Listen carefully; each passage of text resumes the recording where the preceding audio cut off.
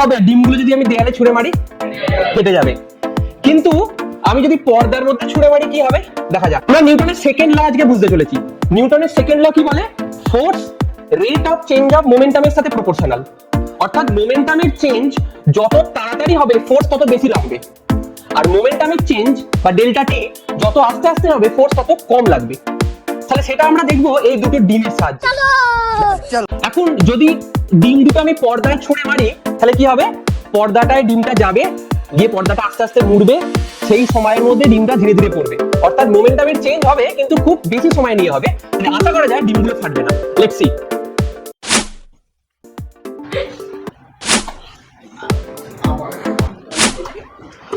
ঠিক আছে, তার মানে দেখ আমাদের দুটো ডিমই ঠিকঠাক আছে, ফেটে গেল না। কেন ফেটে গেল না? ওই একই কারণ, পর্দাটা থাকার জন্য মোমেন্টাম চেঞ্জ হলো কিন্তু অনেক ধীরে ধীরে হলো, অনেক বেশি সময় নিল, তাই এই ডিমগুলোর উপরে ফোর্স অনেক কম লাগলো, তাই ডিমগুলো ফাটলো না।